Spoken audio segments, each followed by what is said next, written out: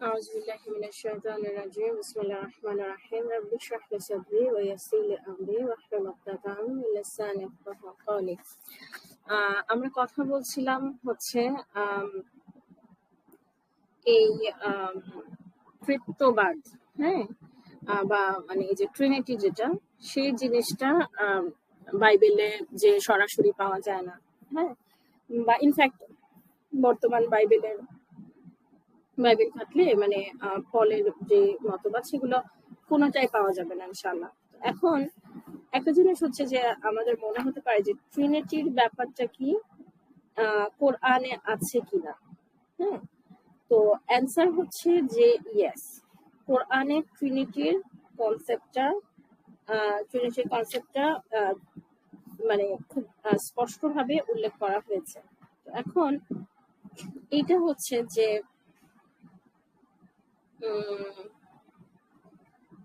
এটা হচ্ছে যে সূরা নিসার 171 নাম্বার আয়াত, 171 নাম্বার আয়াত। এবং এই জিনিসটা মানে যারা আসলে আলহামদুলিল্লাহ এতদিন ধরে আমার এই জিনিসগুলো শুনতেছেন তারা জানেন যে আমি এটাকে মানে হৃদয় নিংড়ানো আয়াত, হ্যাঁ, এই শিরোনামে আমি দেই, হ্যাঁ। তো এখন আমাদের একটা জিনিস আমার মানে আমার মনে হয় যে আমাদের নিজেদের ব্যাপারে প্রশ্ন করা উচিত যে মানে খ্রিস্টানরা যে ঈসা আলাইহিস সালামকে আল্লাহর ছেলে মনে করে, অথবা এই যে একটা ট্রিনিটির কনসেপ্টটা যে মানে সমগ্র বিশ্বে এত কোটি কোটি মানুষ এই জিনিসটা নিয়ে একটা ভুল কনসেপশনে পড়ে আছে, হ্যাঁ। আমরা মুসলিমরা আসলে কি করছি এটা নিয়ে? মানে this is a reminder to me first. আমি নিজে ওয়েস্টার্ন কান্ট্রিতে থাকি, আমার কলিগস, আমার প্রফেসর্স, আমার সুপারভাইজার্স, আমার নেইবার্স, মোস্টলি দে আর নন মুসলিম। আমি আসলে কি করছি তাদেরকে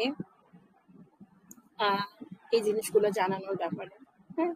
তাহলে এগেইন আপনারা দেখেন যে সূরা নিসার 171 থেকে 172 নাম্বার আয়াত, যে হ্যাঁ আহলে কিতাবগণ, তোমরা দ্বীনের ব্যাপারে বাড়াবাড়ি করো না এবং আল্লাহর শানে নিতান্ত সঙ্গত বিষয় ছাড়া তোমরা কথা বলো না।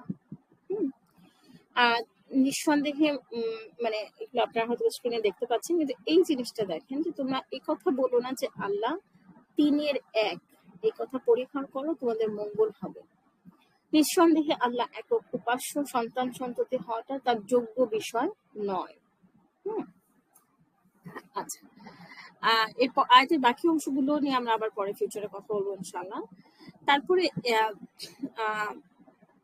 এই আয়াতটা যে হৃদয় এই জিনিসটা যে তারা বলে দয়াময় আল্লাহ সন্তান, এটা হচ্ছে সূরা মারিয়ামের 88 থেকে 93 নাম্বার আয়াত। এইটা মানে আমাকে খুবই মানে এটা আমাকে আসলে আমি প্রথম যখন এই আয়াতটা পড়ছিলাম এটা আসলে আমাকে খুবই মানে হার্ট করছিল, বা এটা আসলে আমাকে খুবই এফেক্ট করছিল যে মানে নিশ্চয়ই তারা বলে যে দয়াময় আল্লাহ সন্তান গ্রহণ করেছেন। তারপর আল্লাহ সুবহানাহু ওয়া তাআলা বলতেছেন যে নিশ্চয়ই তোমরা তো একটা অদ্ভুত কাণ্ড করেছো, হয়তো এর কারণে এখনই নভমণ্ডল ফেটে পড়বে, পৃথিবী খণ্ড বিখণ্ড হবে এবং পর্বতমালা চূর্ণ বিচূর্ণ হবে, শুধু এই কারণে যে তারা দয়াময় আল্লাহর জন্য সন্তান আহ্বান করে। অথচ সন্তান আহ্বান গ্রহণ করা দয়াময়ের জন্য শোভনীয় নয়। নভমণ্ডলে ভূমণ্ডলে কেউই নেই যে দয়াময় আল্লাহর কাছে দাস হয়ে উপস্থিত হবে না।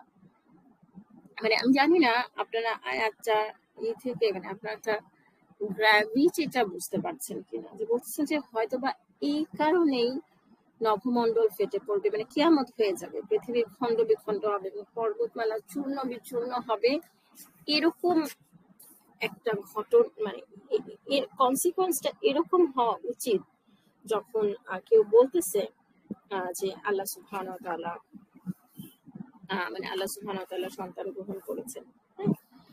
এখন তাহলে আমরা এই এগেইন মানে তাহলে ট্রিনিটির কনসেপ্টটা আমরা দেখলাম যে এটা আসলে না, হুম, এটা আসলে মানে কোনোভাবেই এটা বাইবেল দ্বারা প্রমাণ করা যায় না। এবং এটা কোরআন বলতেছে, সরাসরি নিচে কথা কোরআন বলতেছে যে আহ, আহ, কোরআন বলতেছে যে এটা কোনো সঙ্গত কথা না। এবং আল্লাহ ছেলে আছে, এই কনসেপ্টটার ব্যাপারে কোরআন কি বলতেছে এটা আমি একটু দেখার চেষ্টা করলাম। এরপরে আমরা, আপনারা যদি বইটা দেখেন, বইয়ের সাবসিকুয়েন্ট চ্যাপ্টার্স গুলো, যে ঈসা আলাইহিস সালামে কি আল্লাহ, হ্যাঁ, মানে হচ্ছে যে মানে হচ্ছে যে ট্রিনিটির যে সাব পয়েন্ট গুলো, সেগুলো নিয়ে আবার আমি করেছি, সেগুলো নিয়ে আমি মানে এখন একটা জিনিস হতে পারে যে, যেটা আমি বললাম যে আপনাদের বা আমরা যারা আম জনতা, আমাদের ইনশাল্লাহ এইভাবে রেফারেন্স ধরে ধরে রেফারেন্স ধরে ধরে এভাবে তো মুখস্থ করা দরকার নেই, কারণ আমরা ইনশাল্লাহ ওই ধরনের ইতে যাব না, ওই ধরনের তর্ক বা ইতে হয়তো বা আমাদের যেতে হবে না। যদি দরকার হয় তখন তো আপনার প্রয়োজনীয় রেফারেন্স গুলো বইটাতে তো আছেই, এটা যদি আপনার সাথে থাকে তাহলে আপনার রেফারেন্স গুলো খুলে সেটা দেখতে পারেন। কিন্তু ইন জেনারেল যে এই টপিকে যে একটা প্রশ্ন, একটা প্রশ্ন হচ্ছে যে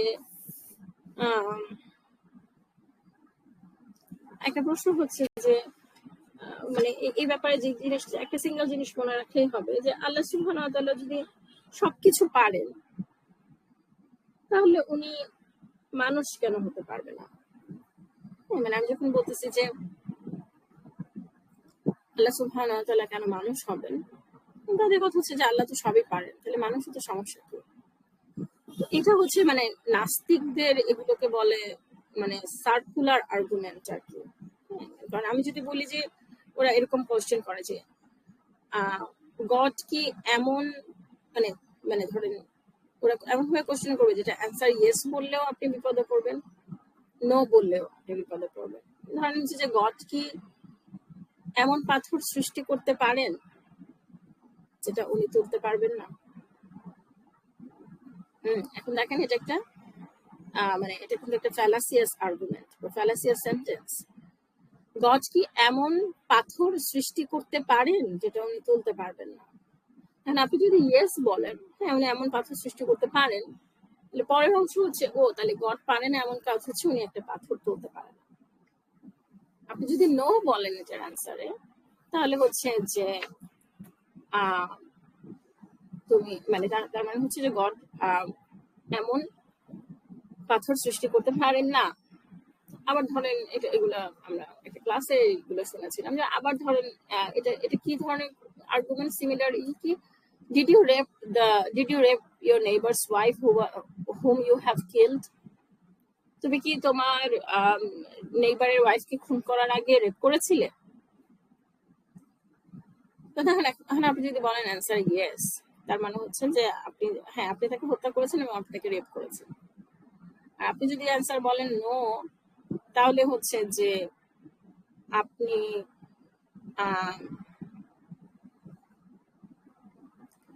মানে তার মানে হচ্ছে আপনি তাকে রেপ করেন নাই, আপনি আসলে তাকে হত্যা করছেন বিফোর কিলিং। ঠিক আছে? তো তাহলে এই যে আর্গুমেন্ট গুলো, এগুলোর ব্যাপারে আমাদের একটু ক্ল্যারিফাই, এগুলোর ব্যাপারে আমাদের একটু ক্লিয়ার হওয়া উচিত।